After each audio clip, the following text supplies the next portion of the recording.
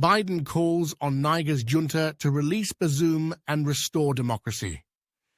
U.S. statement comes as Senegal increases pressure on coup leaders by pledging to join a military intervention if needed. Joe Biden has called for the immediate release of Niger's elected president and for the country's democracy to be restored in the highest-profile statement by the U.S.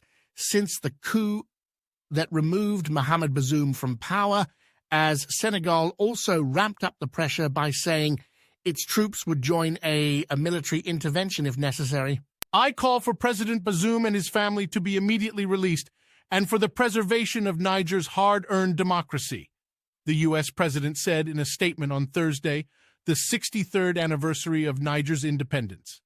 In this critical moment, the United States stands with the people of Niger to honor our decades-long partnership rooted in shared democratic values and support for civilian-led governance. The coup against Bazoum was the 7th in the West and Central Africa region since 2020.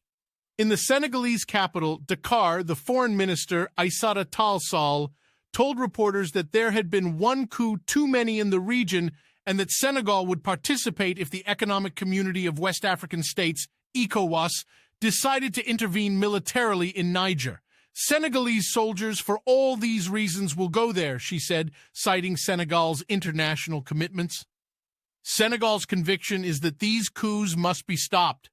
Sall and Biden's comments came as the country's junta appeared on television to warn against foreign military interference in the impoverished country. In one of few addresses to the West African country since seizing power from Bazoum, Niger's democratically elected president, a week ago, Gen Abdourahmane Tiani, warned against foreign meddling and intervention.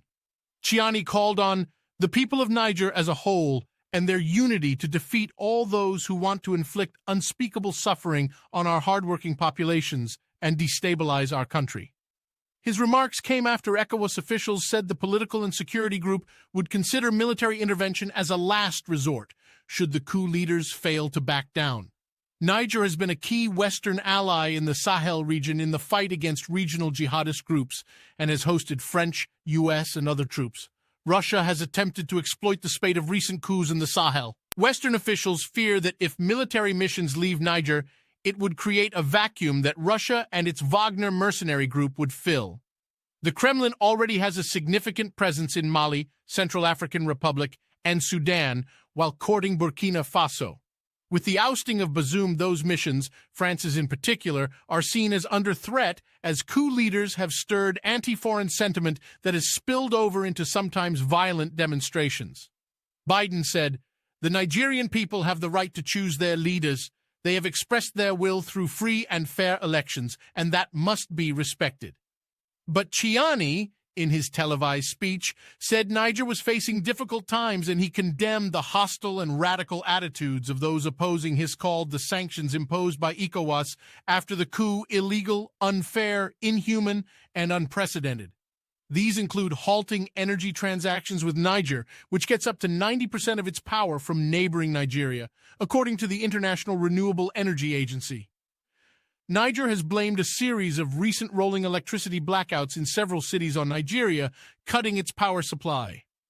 Tiani's fierce rhetoric came as a fourth French military evacuation flight left Niger, after France, Italy, and Spain announced evacuations of their citizens and other Europeans in Niger's capital city, Niamey, amid concerns they could become trapped. Nearly 1,000 people had left on 4 flights, and a 5th evacuation was underway, France's Ministry of Foreign Affairs said.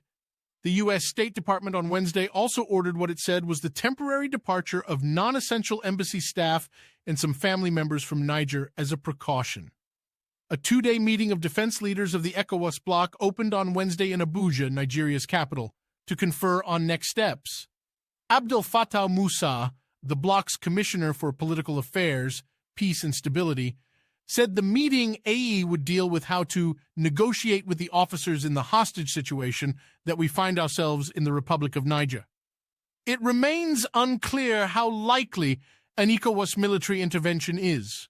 While one Western diplomat in Niamey, who did not want to be identified for security reasons, judged it likely, other analysts have suggested that the coup might back down in the face of a credible threat.